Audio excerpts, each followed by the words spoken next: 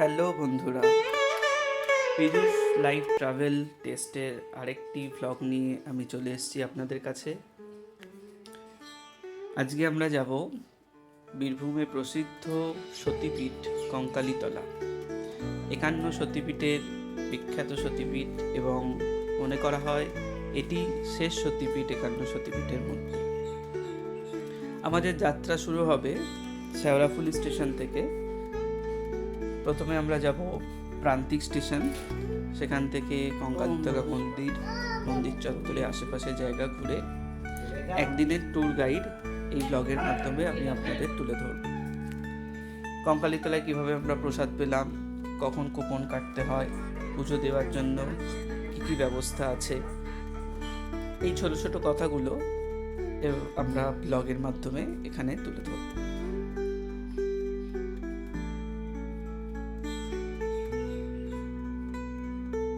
এরপরে আমরা চলে গেছিলাম বীরভূমের আরেকটি সিদ্ধপীঠ তারাপীঠে। আপনারা চাইলে এই পুরো ট্যুরটি একদিনে করেও ফিরে আসতে পারেন, আবার আমাদের মতন তারাপীঠ গিয়ে আরেক দিন থেকে তারপরের দিনও ফিরতে পারেন। সকাল সকাল পৌঁছে গেছি আমরা শেওড়াফুলি স্টেশনে। আজকে আমাদের ট্রেন যাত্রা শুরু হবে এখান থেকেই। গণদেবতা এক্সপ্রেস ট্রেনটি ধরে আমরা যাব। 6:33 টাইম হচ্ছে শেওড়াফুলি স্টেশনে। আমাদের রিজার্ভেশন আগে থাকতেই করা ছিল। কম্পার্টমেন্টটি ঝাঁ চকচকে এবং সুন্দর, একদম পরিষ্কার পরিচ্ছন্ন, কোনো অসুবিধা হওয়ার কথাই নয়। লাগেজ রেখে চুপচাপ আমাদের সিটে বসে গেলাম। আমাদের সঙ্গে আরও যারা যাবে তারা হচ্ছে বর্ধমান স্টেশন থেকে। ট্রেন ছেড়ে দিয়েছে, ট্রেন চলছে এখন গতিতে। চারপাশে মনোরম দৃশ্য দেখতে দেখতে আমরা এগিয়ে চলেছি বর্ধমানের দিকে। দেখতে দেখতে পালসিট স্টেশন পেরিয়ে আমাদের ট্রেন পৌঁছে যাচ্ছে বর্ধমান স্টেশনের দিকে। বর্ধমান স্টেশন ছেড়ে দেওয়ার পর বোলপুর শান্তিনিকেতন ঢোকার আগেই দেখা হয়ে গেল এনাদের সঙ্গে। সুন্দর গান পরিবেশন করলেন এনারা।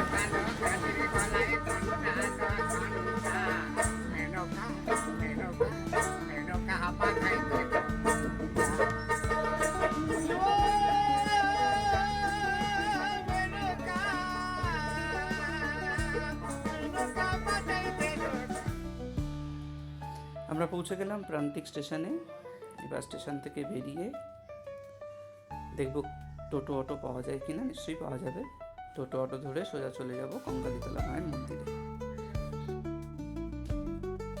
আমরা পৌঁছে গেছি প্রান্তিক স্টেশনে। এখান থেকে কঙ্কালীতলার দূরত্ব 5 কিলোমিটার মতন। সুন্দর সাজানো প্রান্তিক স্টেশন,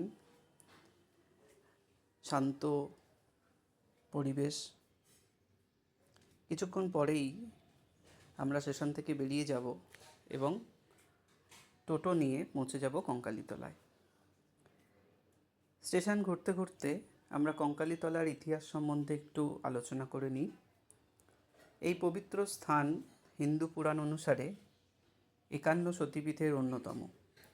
বিশ্বাস করা হয় দেবী সতীর কঙ্কাল বা কোমরের অংশ এখানে পতিত হয়েছিল। সেই কারণেই এই স্থানের নাম হয়েছে কঙ্কালীতলা। প্রতিদিন বহু ভক্ত এখানে এসে মায়ের দর্শন করেন এবং আশীর্বাদ লাভ করেন। স্টেশন চত্বর থেকে বেরিয়ে বাঁদিকে এগোলেই আপনারা পেয়ে যাবেন টোটো স্ট্যান্ড। লাগেজ নিয়ে যাওয়ার জন্য এখানে টোটোর মাথায় সুব্যবস্থা করা আছে। সেরকমই একটি টোটো দেখে আপনারা দাম দর করে কঙ্কালীতলার উদ্দেশ্যে রওনা দেবেন। আমরাও সেরকমই একটি টোটো দরাদরি করে উঠে পড়লাম স্টেশন থেকে কঙ্কালীতলা যাওয়ার উদ্দেশ্যে। আমাদের ভাড়া নিয়েছিল দুই পাশে সবুজ গাছপালা, গ্রামের মনোরম পরিবেশ এবং শান্ত প্রকৃতি আমাদের যাত্রাকে আরও আনন্দদায়ক করে তুলেছিল। কিছুক্ষণের মধ্যেই আমরা পৌঁছে গেলাম কঙ্কালীতলা মন্দির প্রাঙ্গণে।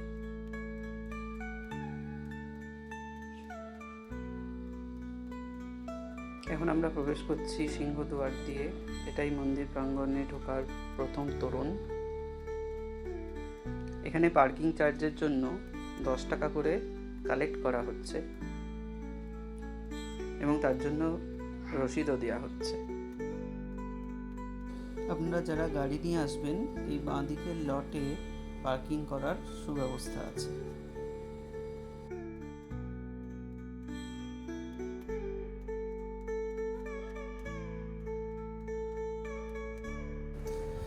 এখন আমরা পৌঁছে গেছি কঙ্কালীতলা মন্দির প্রাঙ্গণে। এখানে আশেপাশে দেখতে পাচ্ছেন অনেক ডালার দোকান আছে। নিম্নতম 21 টাকা থেকে শুরু করে যেরকম আপনি চাইবেন সেরকম ডালা ওনারা বানিয়ে দেবেন। 5 রকম ফল, মিষ্টি, মায়ের চেলি কাপড়, ধূপ, বাতি এইগুলো দিয়ে মোটামুটি 51 টাকা থেকে নিলেই স্ট্যান্ডার্ড পাওয়া যায়। আমরা মালা নিয়ে, পদ্ম নিয়ে আমাদের ডালা কিনেছিলাম প্রত্যেকে ওই 51, 50 টাকা, 60 টাকার মধ্যে। দুপাশে সুন্দর পরিবেশ। এইদিকেও কিছু মন্দির আছে। কঙ্কালী মায়ের মন্দির ঘোরার পর আমরা এসে এই দিকের মন্দিরগুলোও দর্শন করব। এখন আমরা মন্দিরের মূল প্রবেশ পথের দিকে এগিয়ে চলেছি। এখানে বড় করে লেখা আছে জয় মা কঙ্কালী। চারিদিকে ভক্তদের ভিড়, ধূপ ধুনোর গন্ধ এবং ঘণ্টার ধ্বনি, পুরো পরিবেশ ভক্তিময় হয়ে উঠেছে। মন্দিরের ভেতরে প্রবেশ করতেই এক অপূর্ব আধ্যাত্মিক অনুভূতি হৃদয়কে স্পর্শ করে। মনে হয় যেন সমস্ত দুশ্চিন্তা দূর হয়ে এক গভীর শান্তি নেমে এসেছে। মন্দিরের পাশেই রয়েছে একটি পবিত্র কুণ্ড। স্থানীয় মানুষের বিশ্বাস অনুযায়ী এই কুণ্ডের জল অত্যন্ত পবিত্র এবং অলৌকিক মাহাত্ম্যপূর্ণ। অনেক ভক্ত কুণ্ডের সামনে প্রণাম করেন এবং আশীর্বাদ কামনা করেন। কুণ্ডের চারপাশের পরিবেশ খুবই সুন্দর এবং শান্ত।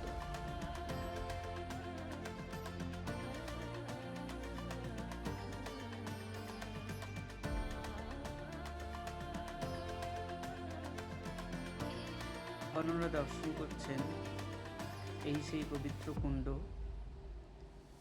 এখানে মায়ের বাৎসরিক পুজো অনুষ্ঠান সম্পন্ন হয়। মন্দিরের গর্ভগৃহে রয়েছেন মায়ের চিত্রপট। সারা বছর এই চিত্রপটেই দেবী পূজা অনুষ্ঠিত হয়।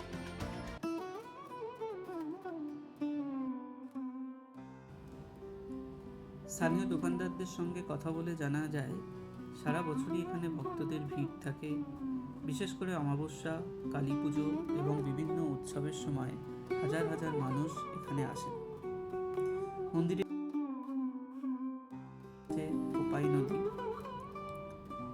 কোপাই নদী। কঙ্কালীতলার অন্যতম আকর্ষণ হলো কোপাই নদী। বর্ষাকালে নদীর সৌন্দর্য আরো বেড়ে যায়। সবুজ প্রকৃতি আর নদীর শান্ত স্রোত দর্শনার্থীদের মুগ্ধ করে। কাছেই মন্দিরের কাছে বিভিন্ন বসার সাজিয়ে স্থানীয় মানুষজন ভিড় করেছে। ঠিক যেন এক টুকরো সোনাঝুরির হাট। সোনাঝুরি হাটে যা যা পাওয়া যায় এখানেও ঠিক তেমনই, কিন্তু কিছু কম সংখ্যক দোকান সেগুলি বিক্রি করছে। আপনারা তাদের থেকে ঘোরাঘুরি করার পর কিছু কেনাকাটা অবশ্যই করবেন। এটাই তাদের জীবিকা নির্বাহের একমাত্র উপায়। ক্যাশ টাকার পাশাপাশি অনলাইন কেনাকাটা করারও সুব্যবস্থা রয়েছে। এখন আমরা দেখতে পাচ্ছি মন্দিরের পাশে মায়ের বলিস্থান। এখানে মায়ের উদ্দেশ্যে বলি দেওয়ার প্রচলন আছে। এরকম অসংখ্য দোকান, নানা রকম জিনিসের বসার সাজিয়ে চারদিকে বসে আছে। মায়ের মন্দির সংলগ্ন একটি ছোট মন্দিরে মায়ের পুরনো চিত্রপট এবং মায়ের ঘট স্থাপন আছে। এই ঘটেও মায়ের পুজো অর্চনা হয়ে থাকে। মায়ের ভোগ নিবেদন করা হয় এখান থেকে। পিছনে দেখা যাচ্ছে সেই পবিত্র কুণ্ড। মন্দির কর্তৃপক্ষ সবসময় কুণ্ডটিকে পরিষ্কার রাখার জন্য সদা সচেষ্ট থাকেন। ভক্তরা যাতে বেশি ফুল বেলপাতা মন্দিরে ফেলতে না পারেন সেসব তারা দেখেন। এখানে একজন স্থানীয় মানুষ বাউল সঙ্গীত পরিবেশন করছেন। এই রাস্তাটা দিয়ে সোজা গেলেই কোপাই নদীর ঘাট। এটি মায়ের ভোগ মন্দির। এখান থেকে ভোগ প্রসাদ বিতরণ করা হয়। প্রতিদিন আপনারা মন্দির চত্বর থেকেই 60 টাকার বিনিময়ে ভোগের কুপন পেয়ে যাবেন। দুপুরে মায়ের অন্নভোগ হয়ে যাওয়ার পর এই স্থান থেকে বসিয়ে এবং বয়স্ক মানুষদের জন্য চেয়ার টেবিলের ব্যবস্থা করে ভোগ খাওয়ানো হয়। আমরাও এদিনকে ভোগ প্রসাদ গ্রহণ করেছিলাম। প্রসাদ খাওয়ার সময় আমি আপনাদের অবশ্যই একটা ছোট ক্লিপিংস তুলে ধরব। আসুন তার আগে মন্দির চত্বরে এই শান্ত পরিবেশ, তার সঙ্গে এই মানুষজনদের পসার, দূরে দেখা যাচ্ছে আদিবাসী নৃত্য সম্পন্ন হচ্ছে। আমার সঙ্গে আপনারাও ঘুরে দেখুন এবং উপভোগ করুন।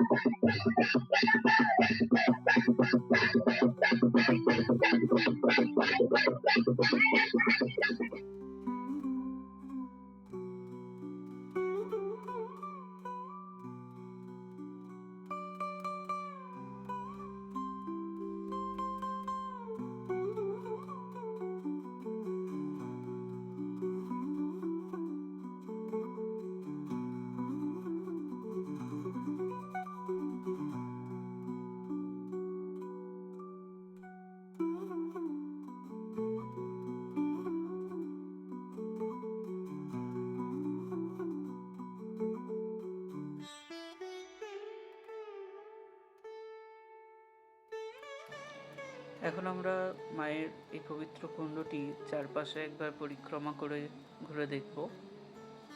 দেবী সতীকুণ্ড এই কুণ্ডের মধ্যখানে পতিত আছে। 12 বছর অন্তর একবার ওই সতীকুণ্ড কুণ্ড থেকে বার করে পূজা অর্চনা করে আবার সেটা কুণ্ডে স্থাপন করা হয়। অনেকেই পবিত্র কুণ্ডের জল মাথায় নেন, বাড়িতে নিয়ে আসেন, কিন্তু এই কুণ্ডে কখনোই পা ধোয়া বা অন্যান্য সামগ্রী ধোয়া কাচা এগুলি করতে নেই।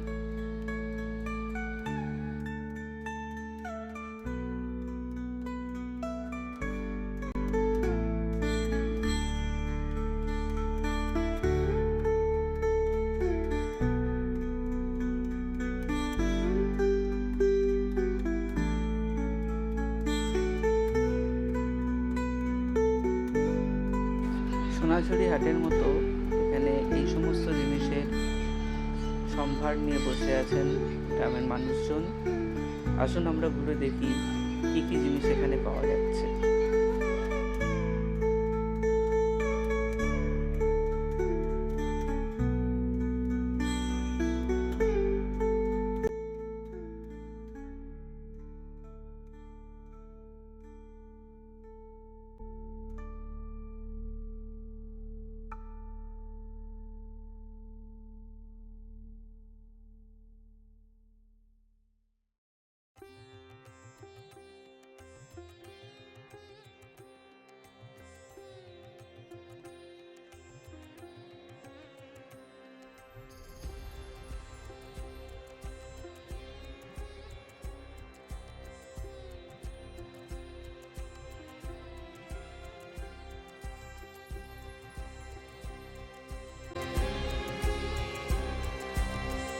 এবার আমি আপনাদের মায়ের ভোগ মন্দিরটি একটু ঘুরিয়ে দেখাবো।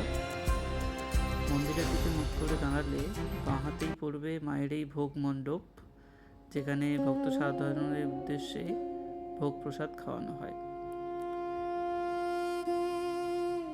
এখানে মায়ের ভোগ রন্ধন প্রক্রিয়া চলছে। এখান থেকে ভোগ রান্না হয়ে যাওয়ার পর মায়ের মন্দিরে নিবেদন করা হয়। সেই নিবেদিত ভোগ মাথায় করে নিয়ে এসে প্রথমে এই ছোট ঘরের মধ্যে সেটিকে রাখা হয়।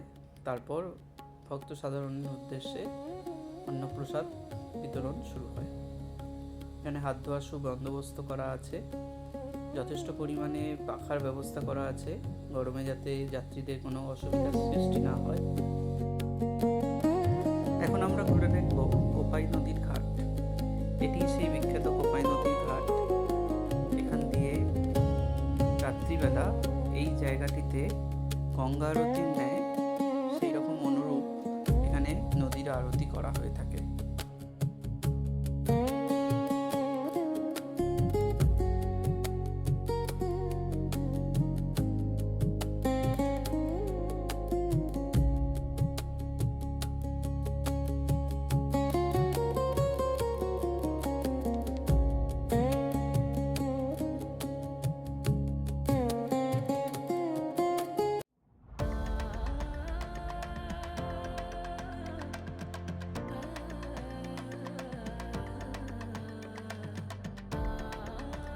মন্দিরের পাশেই অবস্থিত একটি শিব মন্দির, খুব সুন্দর সাদা রঙের মন্দিরটি।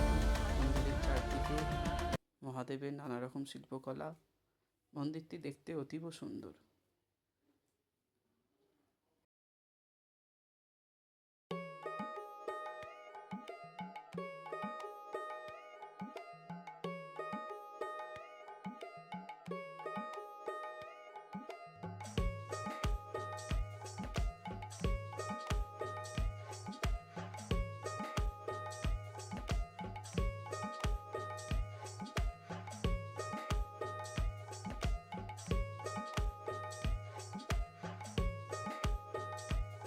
যেখানে যেখানে সতীপীঠ সেখানে সেখানে ভৈরবের অবস্থান।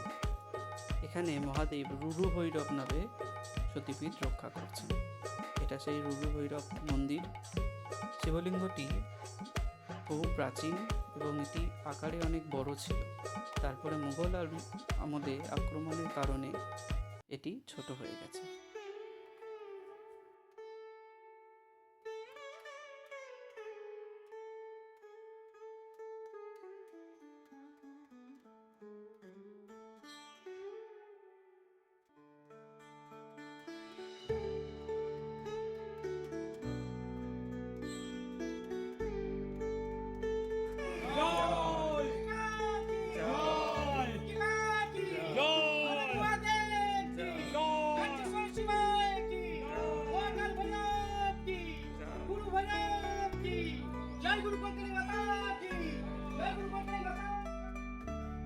ভোগ প্রসাদ বিতরণ শুরু হয়ে গেছে। আপনারা দেখতে পাচ্ছেন সবাই সারিবদ্ধভাবে বসে প্রসাদ গ্রহণ করছেন।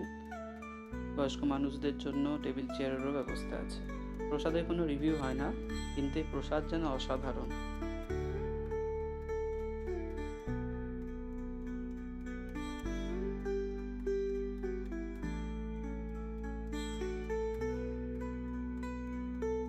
প্রথমে মায়ের মহাপ্রসাদ, তারপর ভাত, ডাল, একটি শাকের তরকারি, একটি এমনি তরকারি, তারপর কুমড়োর চাটনি, পায়েস, অপূর্ব সুস্বাদু।